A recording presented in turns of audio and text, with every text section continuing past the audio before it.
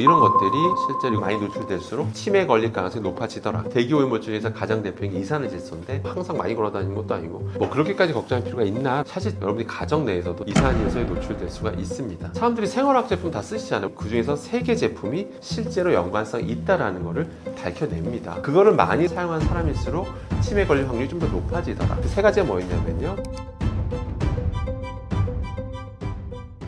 예, 안녕하십니까. 저는 상명대학교 화학에너지공학과의 강상 교수라고 합니다. 만나서 반갑습니다. 저는 개인 유튜브 채널도 운영하고 있고요. 그 다음에 보시는 것처럼 사이언스화학이라는 이런 대중서적도 집필했습니다. 그만큼 좀 과학의 어떤 대중화를 위해서 많이 노력하고 있는 그런 교수라고 봐주시면 좋겠습니다.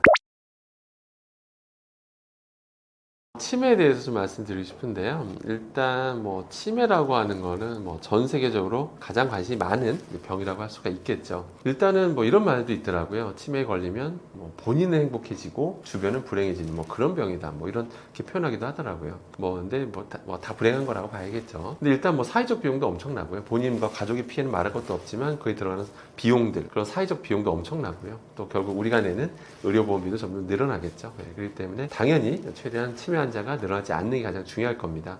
근데 이건 모든 나라가 사실 다 같은 마음이거든요. 그래서 치매에 대한 연구가 정말 활발합니다. 의학계든 일반 과학계든 굉장히 치매에 대한 원인들 이런 것들 계속 연구하고 있는데요. 그래서 저는 이제 제 화학 관련 전문가로서 관련된 얘기를 좀 드리도록 하겠습니다. 최근에 이제 치매 원인이 종류가 너무 많잖아요. 너무 많은데 최근에 좀 이제 우리가 좀 눈여겨봐야 될 그런 연구 결과들이 나온 게 있습니다. 치매가 과연 뭐와 관련이 있을까라고 했더니 일단 크게 중금속들, 어떤 유해한 중금속들, 납이라든지 카드뮴이라든지 수은이라든지 이런 중금속과 확실히 상관관계가 있다라고 하는 그런 연구 결과가 또 최근에 나온 바가 있고요. 뿐만 아니라 최근에 더 충격적인 결과가 나온 바가 있습니다. 대기오염 있죠. 우리 대기오염 항상 이렇게 우습게 보면 안 되잖아요. 항상 그 전 세계로 대기오염 관리하잖아요. 대기오염을 일으키는 주된 어떤 위험한 어떤 기체가 있거든요. 어떤 이산화질소 이런 것들이 대표적인 건데 그런 이산화질소 같은 것들이 많이 노출되면 노출될수록 확실히 치매와의 상관관계가 있다라는 것이 또 최근에 밝혀진 바가 있습니다. 그러니까 결론은 유해하다고 알려진 것들이 실제 우리 몸에 유입되면 치매까지 영향을 줄 수 있다는 게 밝혀진 거죠.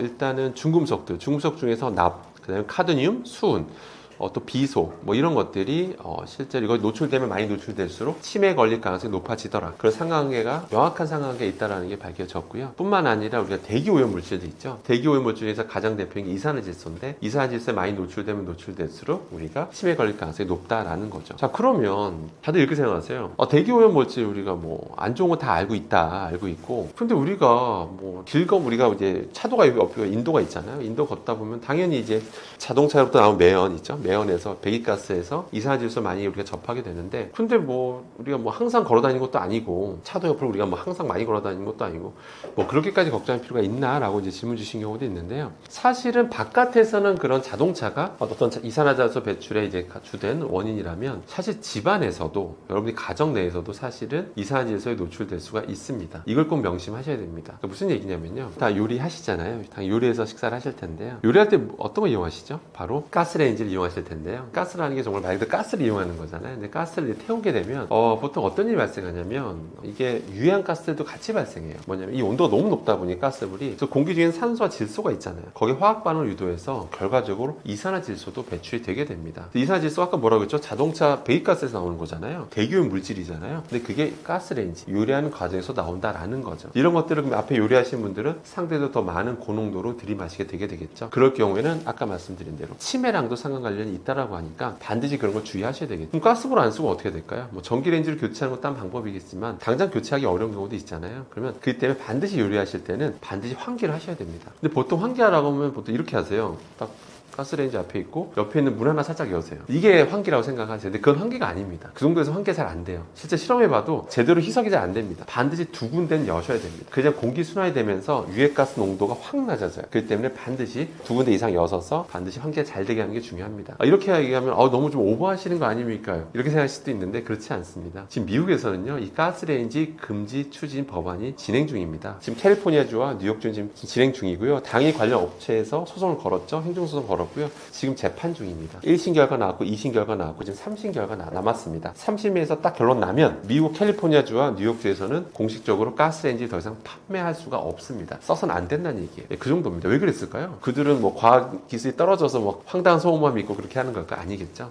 공식 미국 화학협회에서도 입장문을 냈습니다. 가스레인지를 켜는 것만으로도 유해 물질이 너무 많이 발생하니까 이거는 반드시 좀 교체해야 된다. 전기레인지를 교체할 것을 촉구한다라고 입장문을 낸 적도 있습니다. 그렇기 때문에 여러분들 그게 미국에서 그렇게 바뀌면 우리나라도 영향을 받겠죠? 네, 그럼 그때 가서 너무 후회하지 마시고 반드시 가스레인지 사용하실 때는 환기를 잘 시키셔야 된다는 꼭 명심하시길 바라겠습니다.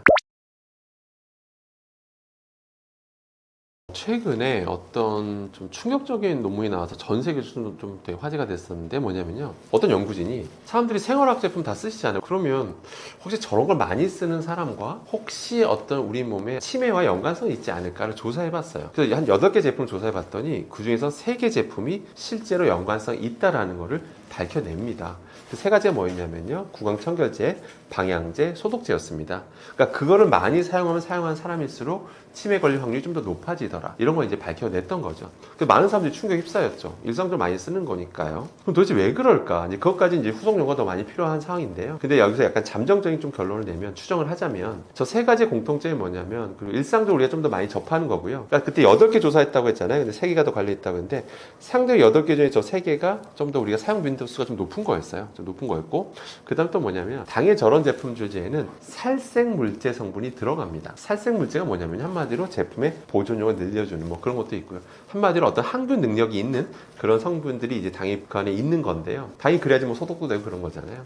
근데 그런 걸 많이 노출돼 아무래도 저런 제품들 많이 쓰게 되면 아무래도 항균 성분에도 더 많이 노출되기 때문에 치매와도 연관되어 있는 것으로 이제 추정을 하고 있습니다. 그렇기 때문에 그래서 여기서 이제 팁을 좀 알려드리면 구강청결제 같은 경우는 우리가 하고 뱉잖아요. 뱉을 때 적당히 좀 남아 있어야 뭔가 계속 좀 개운한 느낌도 들고 그러는데 그러지 마시고 이게 하는 게 약간 살균을 하려는 거잖아요. 그러니까 충분히 좀 해서 살균을 하셨으면 다시 한번 물로 충분히 좀 가급적 거의 남지 않도록 충분히 헹궈 주시는 게 좀 더 바람직하겠습니다. 물론 충치 건강에 좀 더 남아있는 게 좋을 수는 있어요. 근데 하지만 그건 치약하고도 똑같거든요. 치약도 어떤 전문가는 치약이 좀 남는 게 또 충치 건강에 좋다라고 하고 어떤 사람은 그러면 결국 치약을 먹게 되니까 안 좋다라고 하는 전문가가 있는 것처럼 그래도 치매와 연관성까지 나온 마당에 그래도 구강청결제 사용하신다면 충분히 좀 물로 헹궈주시기를 좀 당부드리겠습니다. 방향제 좀 말씀드리면 방향제 같은 경우도 참 우리가 많이 쓰잖아요. 쓰는데 그래도 이제 휴발하면서 그런 살생물질 성분도 많이 노출되기 때문에 주기적으로 좀 환기해서 좀 사용하시는 것이 중요하겠다. 이렇게 보시면 되겠습니다. 당시 연구 결과도 흥미로웠던 게 여성한테서 저런 화학 제품 사용량과 어떤 그 인지기능 저하 능력이 좀 상관관계 더 강하게 나타나다 이렇게 나왔는데 근데 그거에 대해서도 연구진도 명확하게 뭐 밝힌 건 아닙니다. 사실 명확히 결론 난 건 아닌데요. 추정하자면 상대적으로 방향제나 뭐 소독제나 어떤 구강청결제나 사용 빈도수가 상대적으로 여성이 좀 높을 가능성이 있거든요. 또 뭔가 소독, 뭔가 청소 이런 것도 관련해서도 상대적으로 남성보다 여성이 좀 더 많이 사용할 가능성들이 있고 그러다 보니까 좀 더 노출될 가능성이 많다라고 현재 추정을 하고 있는데 아직까지 명확히 결론 난 건 없습니다. 근데 저는 뭐 똑같은 양이 남성, 여성 똑같이 노출된다면 비슷한 효과가 나타났을 것으로 봅니다. 그러니까 결론은 너무 과하게 노출되지 않도록 충분히 헹궈주거나 충분히 환기시켜주거나 그렇게 좀 현명하게 쓰시는 게 가장 중요하다고 보시면 되겠습니다. 이렇게 기억하셔야 됩니다. 우리 구독자님들께서는 실내질은 시간이 지나면 무조건 안 좋아진다. 이렇게만 기억하시면 됩니다. 2가지 원인이 있는데요. 예전에 저도 실험 영상 보고 저도 좀 놀란 적이 있었는데요. 뭐냐면 그냥 일반 가정집이에요. 새로운 뭐 가구도 없어요. 가구도 없는데 그런 이제 공기 어떤 유해한 화학 물질들 이제 분석하는 장비를 가지고 측정을 해보니까 시간이 지나니까 서서히 포름알데히드 수치가 조금씩 계속 높아지더라고요. 포름알데히드 1군 발암 물질입니다. 너무 당황스럽죠. 그냥 일반 가정집에서 실내에서 측정한 건데 포름알데히드 농도가 시간이 지나면 계속 높아져서 놀랐던 적이 있는데요.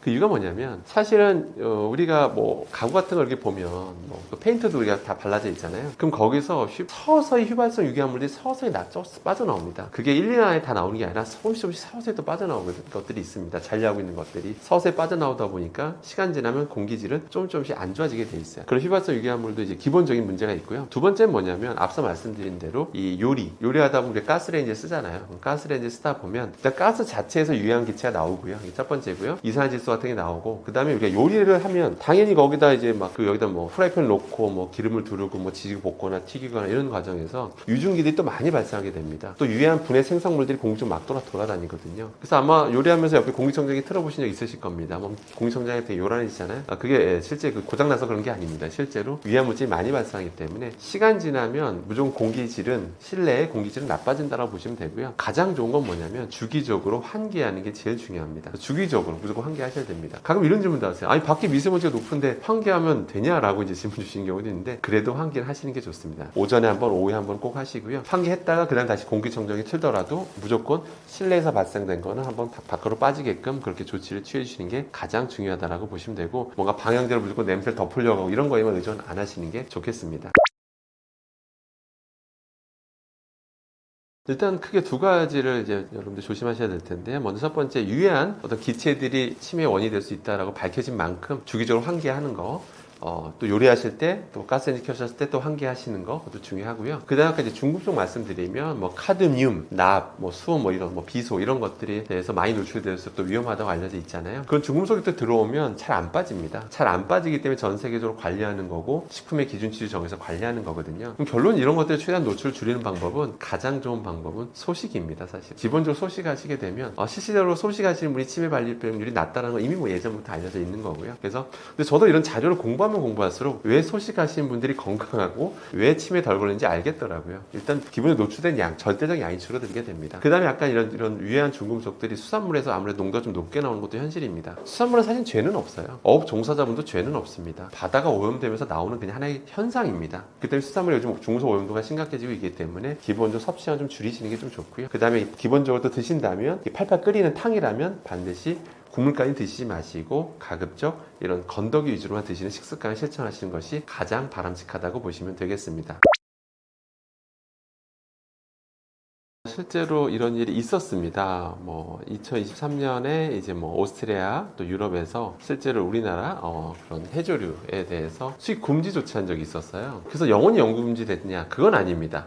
근데 거꾸로 얘기하면 지속적으로 계속해서 이런 사건은 터질 거다라고 이제 보시면 되겠습니다. 그 이유가 뭐냐면요. 일단 유럽에서는 이제 정해놓은 기준치라는 게 있어요. 요오드에 대해서 이제 아이오딘이라고도 하는데요. 그 요오드 특정 기준치 농도를 넘어서면 절대로 유통될 수 없게 해놨습니다. 근데 우리나라 제품 이제 검사하면 통과된 경우도 있지만 통과 안 되는 경우가 이제 적발이 된 거예요. 그래서 어떨 때는 500ppm이 나오고 어떨 때는 5000ppm이 나오고 이런 일이 있어서 이제 중간중간에 수입 금지되는 일이 벌어졌던 거죠.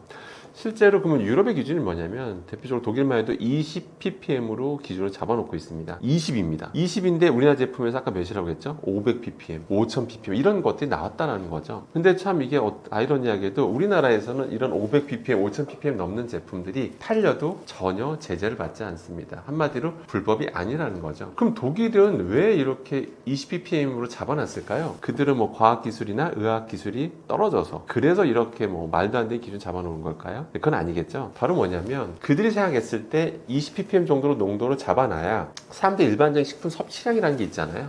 그랬을 때 이 정도 농도로 관리해줘야 우리가 일반적으로 먹으면 그들이 말하는 어떤 기준치, 안전 위험성 그 기준치를 넘지 않을 것이다 라고 잡아놓은 그 농도가 바로 20ppm입니다. 그런데 이제 우리나라 제품 중에서 그런 20ppm 넘는 것들이 계속해서 발견되고 있고 앞으로도 발견될 겁니다. 그것이 현실이라는 것을 참고하실 필요가 있겠습니다.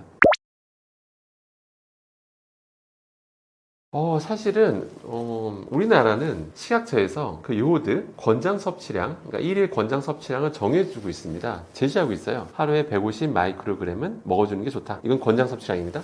그래도 또 우리가 그걸 어떻게 지키면서 먹습니까? 그래서 때로는 많이 먹을 때도 있잖아요. 그래서 1일 상한 섭취량이라는 게 또 있어요. 세계보건기구 WHO에 따르면 1100 마이크로그램이 1일 상한 섭취량이에요. 근데 우리나라는 그보다 좀 더 관대하게 잡고 있습니다. 1100이 아니라 2400 마이크로그램은 절대로 넘어서는 안 된다. 그러니까 150이면 충분한데 그래도 넘어서 안 되는 그 함량이 바로 2400 마이크로그램이다 라고 보시면 됩니다. 자, 그러면 한번 많이 최근에 미역국 한 그릇 드셨어요. 내가 미역국 한 그릇 먹으면 내가 이게 정부에서 2400 넘으면 안 된다고 했는데 난 2400 마이크로그램 넘었을까 안 넘었을까 알 수가 없겠죠. 여러분들은 아실 수가 없습니다. 그러니까 미역국 한 그릇 드셔도 내가 정부가 말한 기준치를 넘었는지 안 넘었는지 알 수가 없어요. 여러분 국민들은요. 왜 알 수가 없을까요? 돌아다니는 제품, 식품들의 농도를 관리를 안 하고 있습니다. 거꾸로 제가 이제 미역 장사하는 사람을 가정했을 때 제가 판매하는 제품에서 어떤 때 그 농도가 5000ppm 넘었어요. 5000ppm 넘었다는 얘기는 뭐냐면 제 제품으로 미역국 한 그릇 드시면 미역국 한 그릇에 1g 정도의 순수 미역이 들어갑니다. 그러면 5000 마이크로그램을 먹었다는 얘기예요. 그럼 아까 정부가 말한 게 2400이라고 했잖아요. 한 그릇만 먹어도 기준치를 넘어선다라는 거죠. 그게 현실입니다. 상한 섭취량에 대해서도 대한민국이 관대한 건 맞습니다. 세계보건기구에서 하루 1일 상한 섭취량이 1100 마이크로그램이라고 했는데 대한민국은 2배가 훌쩍 넘는 2400 마이크로그램이잖아요. 이렇게 관대한 이유에 대해서 저도 나름 자료도 찾아보고 나름 또 여기저기 이제 조사해봐도 우리나라 사람들은 그럼 요오드가 아무리 많이 들어와도 괜찮나? 우리나라는 선천적으로 유전적으로 탁월한 유전자가 있어서 아무리 많이 먹어도 괜찮나? 라는 그런 어떤 과학적 근거가 있나라고 저도 찾아봤는데 그런 근거는 없습니다. 다만 식약처에서 그렇게 관대하게 정한 근거가 뭐냐라고 하면 그냥 우리나라는 기본적으로 해조류 섭취량이 많은 나라이니 해조류 섭취량이 기본적으로 많은 민족이니 2400 정도는 괜찮다라고 이제 보고 있는 겁니다. 그러니까 그 정도 먹어도 무조건 괜찮다라고 말할 수 있는 이렇게 관대하게 잡는 거에 대해서 과학적 근거는 없고요. 근데 문제는 더 심각한 건 뭐냐면 상한 섭취량 2400 마이크론 잡았다는 사실 그건 큰 의미가 없습니다. 무슨 얘기냐면 앞서 말씀드린 대로 대한민국은 식품에 대해서 요오드 그 함량, 농도에 대한 기준치가 없습니다. 아까 유럽은 몇이라고 했죠? 20ppm이라고 했죠? 20ppm 넘어서 우리나라 거 다 그 수입 금지됐던 적도 있었잖아요. 우리나라는 아예 그런 기준치가 없습니다. 기준치가 없기 때문에 아까 PD님이 하루에 한 그릇 먹었을 때 어떤 날은 1일 상한 섭취를 넘으셨을 수도 있어요. 한 그릇만 먹어도. 하지만 어떤 미역을 드셨을 때는 상한 섭취를 넘지 않으셨을 수도 있어요. 그러니까 돌아다니는 식품은 지금 우리가 알 수가 없다라는 거죠. 어느 정도 높은 농도로 돌아다니는 제품이 있는지 없는지조차도 우리는 알 수가 없다는 것이 이제 심각한 문제이기 때문에 뭐 상한 섭취량 넘었네 안 넘었네 이런 거 따지는 것 자체가 사실 의미가 없습니다. 그럼 요오드 얘기 잠깐 하면 그럼 독일은 아니 왜 그러니까 아무튼 특정 농도 넘으면 안 된다고 하고 있잖아요. 그럼 요오드가 도대체 뭐길래 한번 잠깐 거기에 대한 보충점이 좀 필요할 것 같습니다. 일단 요오드는 여러분 정말 필요한 겁니다. 우리 몸에. 없어서는 안 됩니다. 갑상선 호르몬에 굉장히 중요한 역할을 하는 화학 원소예요. 당연히 우리 몸에 들어와야 되는 거고요. 아까 말씀드린 대로 권장 섭취량이라는 것도 있습니다. 있는데 문제는 뭐든지 과하면 문제가 되거든요. 과해서 문제가 없는 건 없습니다. 심지어 물도 한 번에 왕창 6리터 먹으면 죽을 수도 있어요. 공기 중에 산소가 산소 되게 중요하잖아요. 산소 없으면 죽잖아요. 근데 공기 중에 산소가 100% 되면 어떻게 될까요, 여러분들? 사람은 죽습니다. 뭐든지 지나쳐서 많은 건 좋은 거 하나도 없습니다. 요오드는 마찬가지로 요오드도 많이 들어오게 되면 어떤 일이 벌어지냐면 갑상선 기능 저하증이라든지 갑상선 기능 항진증 이런 것들이 나타날 수가 있기 때문에 유럽에서도 과학적 근거를 가지고 그렇게 관리하는 거다라고 보시면 됩니다. 그러니까 뭐든지 지나치면 안 좋다. 특히 우리나라는 더 전 신경 써야 된다고 봅니다. 왜냐하면 우리나라 갑상선암 발병률이 세계 1위입니다. 세계 1위인 나라이기 때문에 물론 이거에 대해서는 논란이 있는 건 맞아요. 왜냐하면 그 1위인 이유가 검사를 많이 해서다. 검사를 많이 안 했으면 그렇게까지 1위는 안 했을 거다. 뭐 이런 논란이 있는 건 사실이지만 아무튼 갑상선암 발병률이 높은 나라에서 이런 나라에서 갑상선에 영향을 줄 수도 있는 요오드 함량에 대해서 기준치조차 없다라고 하는 거는 분명히 전 문제라고 보고 있습니다. 그러니까 권장 섭취량은 다 해놓고선 권장 섭취량, 1일 상한 섭취량 정해놨는데 식품에 대한 기준치는 없다라는 겁니다. 그러니까 어떤 식품에서 왜냐면 그 어떤 그러니까 식품 업체가 있어요. 미역 식품 업체가 있으면 매번 이게 채취할 때마다 농도가 다릅니다. 요오드 농도가. 근데 아무리 많든 아무리 적든 그건 상관없다라는 거죠. 우리나라에서는 다 팔 수 있다라는 겁니다. 근데 다만 그걸 해외에 판매했더니 유로에 판매했더니 무슨 일이 있었죠? 수입 금지 조치됐던 일이 벌어졌다는 게 현실입니다. 그래서 우리나라에서는 아직까지는 지금 정하지 않고 있는데 저는 제 생각에는 지금 2025년 기준은 없지만 2035년 뒤에 되면 저는 당연히 생길 거라 봅니다. 거꾸로 생각하면 2035년에 2025년을 바라보게 되면 아니 우리나라는 기준치조차 없었어? 라고 놀란 날이 반드시 온다라고 저는 확신합니다. 그러니까 언젠가는 조만간에 저는 기준치가 생길 것으로 보고 있습니다. 그러면 제가 이렇게 말씀드리면, 그럼 이제 뭐 김미역, 다시마 이런 거 먹으면 안 되는 걸까? 이렇게 생각할 수도 있는데, 그런 건 아닙니다. 당연히 그 내에도 좋은 성분들이 많거든요. 그렇기 때문에 당연히 유익한 식품은 맞는데, 다만 이제 요오드 함량이 이제 문제가 되고 있는 것 뿐입니다. 그럼 제가 좀 하나의 팁을 알려드리면, 먼저 미역을 말씀드리면, 미역 같은 경우는 우리가 보통 미역국으로 많이 먹잖아요. 그럼 팔팔 끓이는 과정에서 미역 내 다양한 성분들이 좀 빠져나오거든요. 그때 요오드 성분도 꽤 빠져나오게 됩니다. 그러니까 100% 빠져나오는 건 아니지만, 그래도 나름 저감 효과가 있기 때문에 때문에 미역국을 드신다면 주로 건더기 위주로 드시면 확실히 체내에 유입되는 양을 줄일 수 있다는 거 꼭 기억하시면 좋겠습니다. 뭐 다시마도 마찬가지고요. 근데 김 같은 경우는 그렇게 먹진 않잖아요. 그냥 건조된 상태 그 자체 우리가 먹기 때문에 김 같은 경우는 좀 섭취량을 좀 조절하실 필요는 있다라고 보시면 되겠습니다. 과부라 화합물, 영어로는 약자로 PFAS라고도 합니다. 그런데 이게 지금 요즘 전 세계적으로 좀 이슈가 되고 있습니다. 절대 우리나라만의 이슈는 아니고요. 전 세계적으로 이슈가 되고 있고 뭐 기준도 점점 엄격하게 되고 있는 그런 건데요. 도대체 과부라물이 뭘까요? 뭐냐면 사실 이건 한 가지를 의미하는 게 아닙니다. 종류가 너무 많습니다. 뭐냐면요.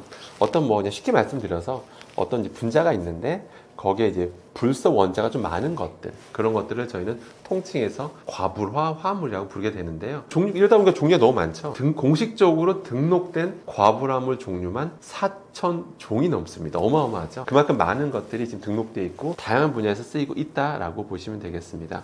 근데 이게 왜 사람들이 우려하는 이유가 뭐냐면 이게 굉장히 안정해요. 너무 안정해요. 자연의 환경에서 안정하고 우리 몸에 들어와도 안정합니다. 안전하다, 세이프, 안전하다가 아니라 안정합니다. 안정하니까 잘 분해가 안 돼요. 사실 뭐든지 우리 몸에 들어왔을 때나 자연에 배출됐을 때 분해가 잘 되면 아무도 걱정을 안 합니다. 근데 너무 안정하다 보니까 분해가 안 되고 우리 몸에 들어와서도 일정 기간 머물면서 문제를 일으키니까 지금 전 세계적으로 관심을 갖는 거거든요. 그래서 관련된 독성 연구도 지금 계속 활발하게 지금 밝혀지고 있는 중인데요. 대표적으로 최근에는 뭐 갑상선 암과도 관련이 있다라고 밝혀졌고요. 특히 갑상선암 세계 발병의 1인 우리나라에서는 조금 더 신경 써서 이 사실을 살펴봐야 되겠죠. 그 외에도 다양한 여러 종류의 문제들을 일으킨다라고 알려져 있는 만큼 지금 각별히 전 세계에서 관심을 갖고 있는 그런 유해한 화학 물질이다라고 보시면 되겠습니다.